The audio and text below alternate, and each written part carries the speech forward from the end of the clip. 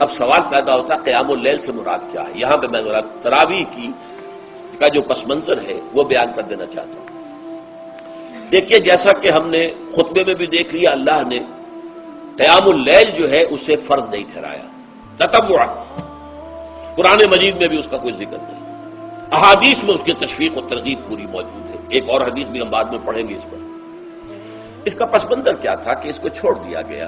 اب ظاہر بات ہے مسلمانوں میں کمزور بھی ہیں، مسلمانوں میں وہ مزدوری کرنے والے بھی ہیں، روزہ تو فرض ہے ان پر، چاہے مئی کا مہینہ ہے اور گندم کاٹنی ہے، روزہ تو پھر بھی رکھنا ہوگا، یہ سب کچھ ہے۔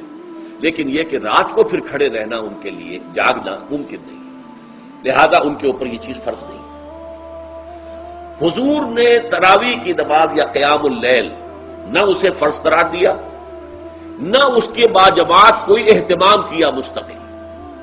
صرف 3 راتیں آپ نے جماعت کروائی ہے، اس میں 8 رکعتیں آپ نے پڑھی ہیں کہ جو آپ کا معمول تھا تہجد کا، وہ پڑھی، اور تہجد کے وقت ہی جماعت کرائی ہے۔ یہ ہے وہ حدیث۔ اس کے علاوہ کسی نماز تراویح جو ہے جو ہم پڑھتے ہیں 20 رکعتیں عشاء کے ساتھ متصل، اس کا کوئی ذکر نہ دور نبوی میں ہے نہ دور صدیق اکبر میں ہے۔ یہ دور حضرت عمر کی خلافت میں ہوا ہے، اور ہم نہیں کہہ سکتے کتنے سال کے بعد ہوا ہے۔ حضرت عمر رضی اللہ تعالیٰ عنہ کی خلافت کا دور جو ہے وہ تو 10 برس ہے، ہو سکتا ہے 5 برس کے بعد ہوا ہو، 6 برس کے بعد ہوا ہو، 12 ہوا ہے ان کے عہد۔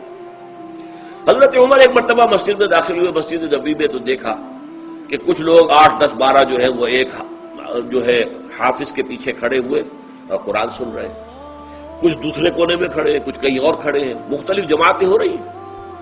تو انہوں نے سوچا کہ کیوں نہ ان سب کو ایک امام کے پیچھے جمع کر دیا جائے، اور اس کے لیے لوگوں کی سہولت کے لیے عشاء کے ساتھ متصل رکھ دیا جائے، اس لیے کہ تہجد کے وقت اٹھنا جو ہے وہ تو ہر کس و ناقص کا کام نہیں ہے، کہ عشاء کے بعد اگر تھوڑا سا اضافی وقت ہو صرف، تو یہ ہر شخص کر لے گا، مزدور بھی کر لے گا۔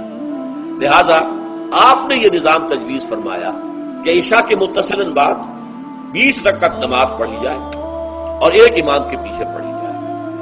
یہ گویا کہ اجتہاد ہے حضرت عمر رضی اللہ تعالی عنہ،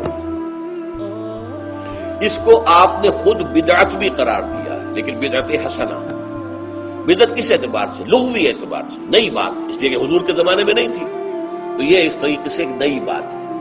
لیکن یہ بات چونکہ بہت اچھی ہے، بہت عمدہ ہے۔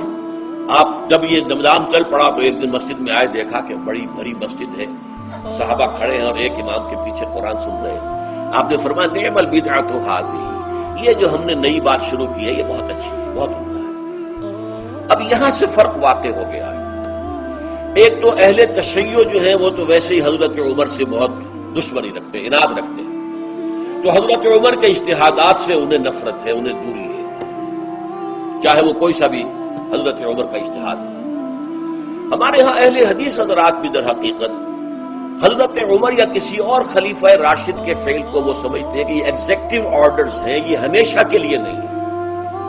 حضرت عمر نے اپنے دور میں ایک نظام قائم کیا، ان کے دور کے لیے ٹھیک تھا، یہ ہمیشہ کے لیے نہیں ہے۔ ہمیشہ کے لیے وہ 8 ہی رکعت میں قائل ہیں، وہ تہجد والے، لیکن اس میں بہرحال انہوں نے بھی خود یہ اضافہ کیا ہے کہ وہ 8 رکعتیں وہ عشاء کے ساتھ متصل پڑھتے ہیں، تہجد کے وقت تو نہیں پڑھتے۔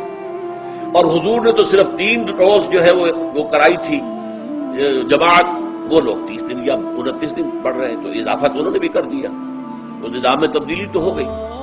لیکن اہل سنت جو کہلاتے ہیں، ہمارے جو 4 جو ہیں، جو ہمارے مسلک ہے، حنفی، مالکی، شافعی، حنبلی، ان کا اتفاق ہے اس پر حضرت عمر کا، کیونکہ ان کے سامنے اصول یہ ہے کہ حضور نے فرمایا علیکم بسنتی وسنت الخلفاء الراشدین المہدیین، تم پر لازم ہے کہ میری سنت کو پکڑو مضبوطی کے ساتھ، اور میرے خلفاء راشدین مہدیین جو ہیں ان کی سنت کو پکڑو۔ اس اصول سے یہ چاروں فقہ جو ہیں حضرت عمر کے اجتہادات جو ہیں ان کو بھی پابندی سمجھتے ہیں کہ تمام عمر کے لیے، قیامت تک کے لیے امت مسلمہ پر ان کی پیروی لازم ہے، لہذا اس میں اجماع ہے۔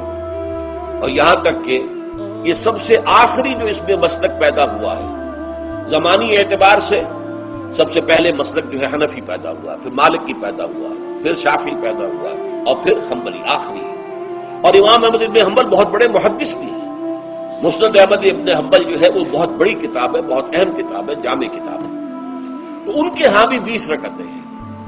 چنانچہ حرمین شریفین میں، سعودی عرب میں، مکے اور مدینہ منورہ میں جو نماز تراویح ہوتی ہے اس کی 20 رکعتیں ہیں. لیکن اہل حدیث حضرات جو ہے وہ اس 8 کے اوپر اکتفا کرتے ہیں. بہرحال یہ ایک اختلاف ہے جو میں نے اس کا پس منظر بیان کر دیا.